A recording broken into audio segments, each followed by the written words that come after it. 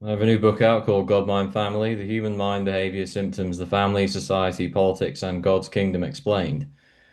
It's available free on my website, robertensor.com, spelled ENSOR, and on Amazon in ebook and paperback formats via the links in the description below.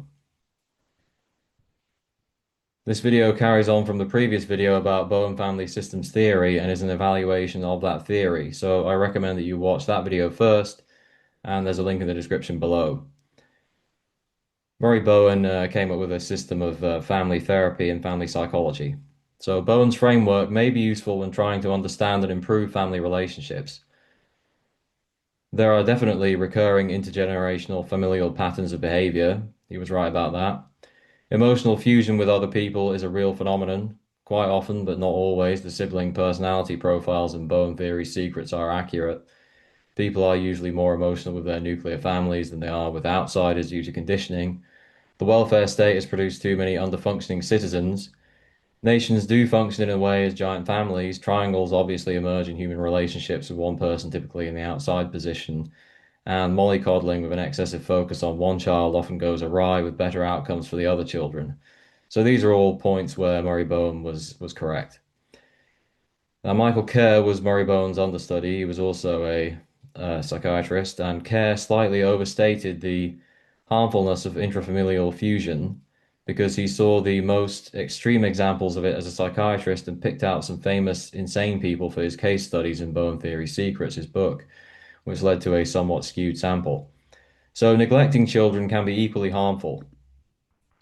Look at the largely vapid daycare generation and the many serial killers, violent criminals, and disordered personalities with abandonment issues. So not being loved makes it hard to love, and love restrains sin, perhaps more than knowledge.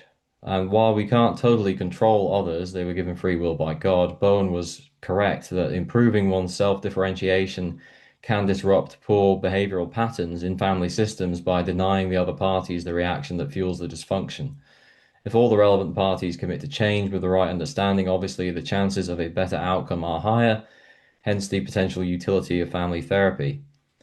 In certain cases, however, emotional cut-off, basically distancing oneself from a family member or other person, is actually the best or least worst move and not a sign of low differentiation.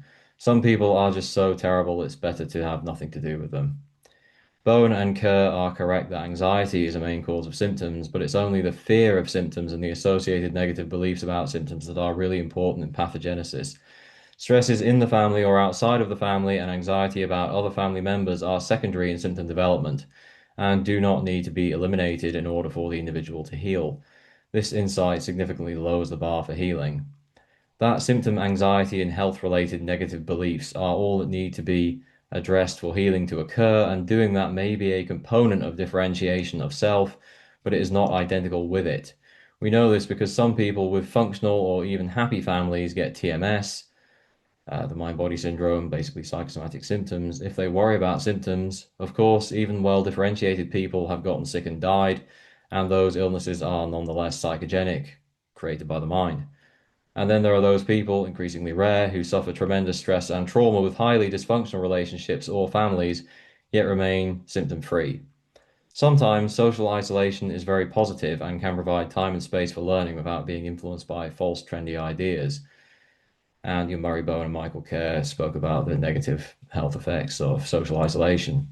But examples of social isolation being positive include Siddhartha Gautama, St. Anthony, and especially Jesus, who had his 40 days in the wilderness.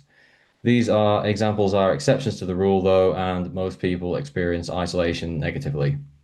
Systems thinking, which Murray Bowen used throughout his theory, does provide valuable insights about interpersonal dynamics, but it can also make it seem like the individual is more dependent on the family and the environment in general for their mental and physical well-being than they actually are, by downplaying the importance of the individual. God will judge each person according to his or her deeds, which demonstrates the responsibility placed upon the individual by the Creator. If you believe that during periods of family stress you are liable to get sick, whether due to perceived low self-differentiation or the inherent stressfulness of the events themselves, then this belief will become a self-fulfilling prophecy. I understand Michael Kerr wrote that stress is created by how people react to events, not so much the events themselves, which is true, but it is possible to get stressed out, to react averagely or poorly to life events, and not experience symptoms. We know this because it happens all the time. Bowen had a better understanding of disease than conventional doctors and deserves credit for that and for being bold enough to recognize that virtually all chronic disease, including cancer, has an emotional causation. Symptoms are transmitted through families, yes. This occurs more because of the nocebo effect than some inexorable hereditary factor. Someone sees their parent suffering badly from a symptom and then comes to fear that particular symptom a lot and possibly expects to develop the symptom themselves. The fear and expectation then become a self-fulfilling prophecy that manifests biologically. Bowen and Kerr kept seeing the intergenerational development from healthy grandparents to subclinical schizoid parents to schizophrenic children, partly because these psychiatric and medical systems have increasingly overdiagnosed people and nocebo-inducing information has also proliferated over time, especially in the information age. This information only elicits a nocebo effect when people believe it, but unfortunately, most people believe false medical information because it's widely accepted and they are socially fused. That combination of a flawed conventional medical paradigm and dubious alternative medical modalities with the internet and new devices largely accounts for why chronic disease and mental disorder rates have risen in the past 20 years. I believe a lot of hereditary diseases with genetic components work in this way. There are cases, however, where the parents' anxieties about their child's health obviously became a self-fulfilling prophecy, but only because the child believed the parents' fears were valid, in yet another example of a nocebo effect. It's very clear when someone in the family receives a psychiatric diagnosis that well-meaning relatives walk on eggshells around them and expect them to exhibit mental symptoms. This is not particularly helpful and can exert a suggestive effect on the patient, albeit unintentionally.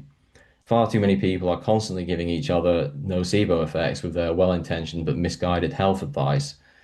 The best part of Michael Kerr's book, Bowen Theory Secrets, was the short section on supernatural phenomena and the power of belief in healing.